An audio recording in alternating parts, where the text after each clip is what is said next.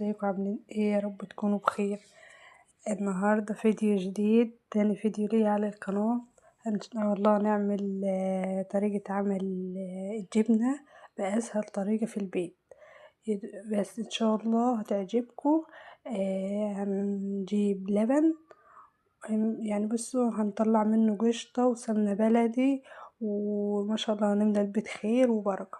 هنعمل ايه؟ هنجيب مثلا 6 كيلو لبن، ومثلا نغليهم ونسيبهم ويبردوا. بعد ما يبرد هنحطه في التلاجة، وتاني يوم هنجيبه بقى. زي ما انا بعمل كده، انا حشت القشطة من على الوش اللبن، وبعد كده هندفيه تاني، وبعد كده نجيب خل ونحط بعد ما يدفى كده زي دمعة العين، هنحط عليه مثلا 6 معالق كبار خل. ماشي، ونسيبه مثلا قد 3 4 ساعات. وبعد كده هنجيب بقى شاشة نظيفة كده، وانا هعمله اللي انا هوريكم قدامكم دلوقتي، ونعمله مع بعض. تمام. معلش بقى بنتي كانت قاعدة جنبية، ف بس كده. المهم نعدها شوية لبن، وبعد كده اكمل معاكم.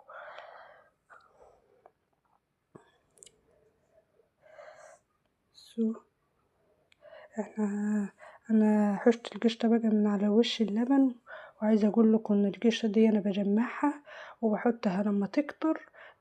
بعملها سمنة بلدي. تقولي لي ازاي؟ اقول لكم. احنا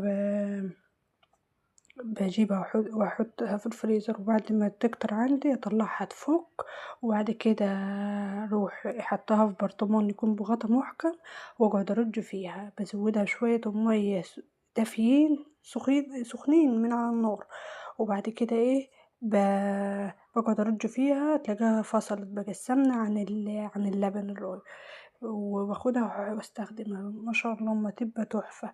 انا هنا حطيت اللبن، وحشت القشطة من على وشه، وحط الخل. حطيت بتاع 6 معالق كده، وبقلب. وهنحط ممكن ونحط شوية ملح، ونسيبه بقى، نسيبه بتاع 4 ساعات 5 ساعات مع نفسه كده.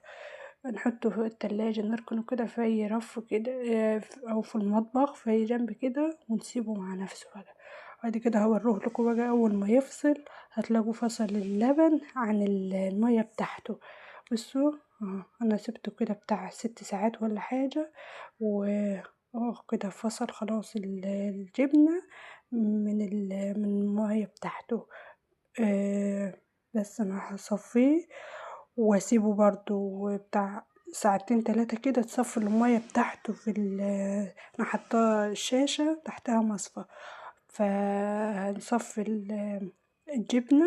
وبعد ما اصفيها هطلعها اقطعها واحطها في علبة، واخد لها شوية من المحلول المية اللي نزلت دي، واحفظها فيها. تحط معاهم شطة شوية ملح، وتقفليها وتحطها في التلاجة. بصوا عاملة ازاي، ما شاء الله. ودي القشطة اللي انا طلعتها، ودي السمنة البلدي اللي انا كنت محوشاها قبل كده، ودي الجبنة بعد ما عملتها وكلت منها. ما شاء الله تحفة بجد.